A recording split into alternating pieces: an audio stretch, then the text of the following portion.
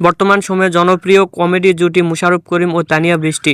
দিন দিন বাংলা নাটকের জনপ্রিয়তা বেড়েই চলেছে। সেই ধারাবাহিকতায় আবারও নতুন নাটক নিয়ে হাজির হয়েছেন জনপ্রিয় এই জুটি। নাটকটির নাম ডেঞ্জারাস ভাড়াটিয়া। এই নাটকটিতে অভিনয় করেছেন বর্তমান সময়ের আলোচিত অভিনেতা মোশাররফ করিম ও আলোচিত অভিনেত্রী তানিয়া বৃষ্টি।